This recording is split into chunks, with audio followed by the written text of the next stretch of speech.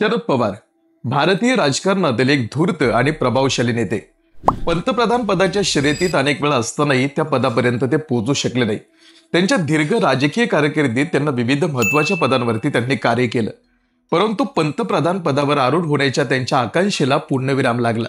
त्यांच्या राजकीय प्रवासात आलेल्या काही महत्वाच्या घटनांचा आणि त्यांच्या पंतप्रधान पदाच्या प्रयत्नांचा आढावा घेऊयात. नमस्कार, तुम्ही बघताय मराठी थिंक टँक. प्रारंभिक राजकीय कारकीर्द. शरद पवारांचा राजकीय प्रवास 1967 मध्ये सुरू झाला.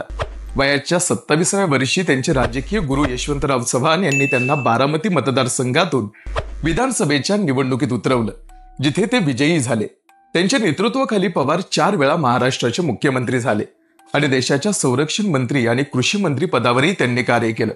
महाराष्ट्राच्या राजकारणातील त्यांच्या प्रभावामुळे त्यांनी राज्यातील विविध सामाजिक आणि आर्थिक समस्या सोडवण्यासाठी महत्त्वपूर्ण भूमिका बजावली. पंतप्रधान पदासाठीचे प्रयत्न. 1991 राजीव गांधी यांच्या हत्येनंतर. 1991 मध्ये राजीव गांधीच्या हत्येनंतर काँग्रेस पक्षात नेतृत्वाची कमतरता होती. सोनिया गांधी राजकारणात सक्रिय होण्यास इच्छुक नव्हत्या आणि पक्षाला खंबीर नेतृत्वाची गरज होती. शरद पवारांचे तरुण वय आणि प्रभावी व्यक्तिमत्व काँग्रेसला नव्या ऊर्जेने भरून काढण्यासाठी योग्य मानली गेली.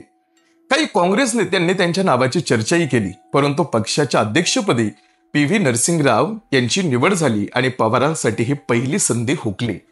नरसिंहराव यांची निवड झाल्यानंतर शरद पवारांच्या समर्थकांनी जोरदार प्रचार केला की काँग्रेस अध्यक्ष आणि पंतप्रधान वेगवेगळ्या व्यक्ती असाव्यात. महाराष्ट्रातून काँग्रेसचे 39 खासदार निवडून आले होते, जे इतर राज्यांच्या तुलनेत खूप जास्त होते. त्यामुळे महाराष्ट्राच्या नेत्यांचा पंतप्रधान पदावर दावा असल्याचं त्यांनी मांडलं, परंतु या मुद्द्यांना पक्षातून पुरेसा पाठिंबा मिळाला नाही. 1996 साली आणखी एक संधी.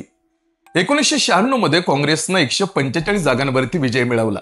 या निवडणुकीत शरद पवारांचे नाव पंतप्रधान पदासाठी चर्चेत आलं होतं. प्रफुल्ल पटेल यांच्या मते देवे गौडा, लालू प्रसाद यादव, मुलायम सिंह यादव आणि डावे पक्ष शरद पवारांना पंतप्रधान पदासाठी पाठिंबा देऊ इच्छित होते, परंतु नरसिंहराव यांची नाराजी आणि काँग्रेसमधील अंतर्गत राजकारणामुळे पवारांना पंतप्रधान बनण्याची दुसरी संधी हुकली. नरसिंहराव यांना शरद पवारांवर विश्वास नव्हता आणि त्यामुळे त्यांनी पवारांना पंतप्रधान पदासाठी पाठिंबा दिला नाही. काँग्रेसनं देवेगौडा सरकारला बाहेरून पाठिंबा देण्याचा निर्णय घेतला, ज्यामुळे पवारांना आणखी एक महत्वाची संधी गमवावी लागली. संधी साधू राजकारणाचे आरोप. शरद पवारांवरती संधी साधू राजकारण केल्याचे आरोपही झाले. 1978 मध्ये इंदिरा गांधींनी काँग्रेसचे विभाजन केले, तेव्हा ते आपले गुरु यशवंतराव चव्हाण यांच्याबरोबर युनायटेड काँग्रेसमध्ये होते. परंतु इंदिरा काँग्रेसचे देशातील वाढते वजन पाहून 1980च्या दशकात त्यांनी इंदिरा काँग्रेसला जवळ केलं आणि आपली राजकीय स्थिती मजबूत केली. परंतु गांधी घराण्याला ते काही फारसे विश्वास वाटले नाही. राष्ट्रवादी काँग्रेस पक्षाची स्थापना. 1999 मध्ये काँग्रेस नेतृत्वाच्या विरोधात उभं राहून शरद पवार, PA संगमा आणि तारिक अनवर यांनी राष्ट्रवादी काँग्रेस पक्षाची स्थापना केली. या नवीन पक्षाच्या माध्यमातून त्यांनी महाराष्ट्राच्या राजकारणात आपला प्रभाव टिकून ठेवला आणि केंद्रातही महत्त्वपूर्ण भूमिका बजावली. कृषी मंत्री म्हणून कार्य. शरद पवारांनी 2004 ते 2014 पर्यंत केंद्र सरकारमध्ये कृषी मंत्री म्हणून कार्य केलं. त्यांच्या कार्यकाळात भारतीय कृषी क्षेत्रात अनेक सुधारणा करण्यात आल्या. शेतकऱ्यांचे उत्पन्न वाढवण्यासाठी त्यांनी विविध योजना सुरू केल्या, ज्यामुळे देशातील कृषी क्षेत्रात सकारात्मक बदल घडून आले. पंतप्रधान पद न मिळण्याची कारणं. शरद पवारांना पंतप्रधान पदावर आरूढ होण्यापासून रोखण्यामागे विविध कारणं होती. काँग्रेस पक्षातील अंतर्गत राजकारण, नेतृत्वातील स्पर्धा आणि काही वरिष्ठ नेत्यांचे विश्वासार्हतेवरील प्रश्न यामुळे पवारांना पक्षातून पुरेसा पाठिंबा मिळाला नाही. प्रणव मुखर्जी व इतर वरिष्ठ नेत्यांनी त्यांच्या विरोधात भूमिका घेतल्यामुळे पवारांना मोठ्या संध्या गमवाव्या लागल्या. निष्कर्ष.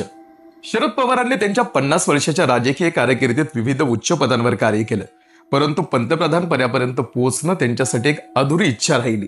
त्यांच्या नेतृत्वातील क्षमता, धूर्त राजकारण आणि बरंच काही. आणि भारतीय राजकारणामध्ये महाराष्ट्रातला आतापर्यंत एकही पंतप्रधान होऊ शकला नाही, ही महाराष्ट्राची आतापर्यंतची खंत आहे. सो या विषयावरती तुमच्या प्रतिक्रिया आम्हाला कमेंट बॉक्समध्ये कमेंट करून नक्की सांगा आणि अशाच माहितीपूर्ण व्हिडिओ पाहण्यासाठी सबस्क्राईब करा मराठी थिंक टँक.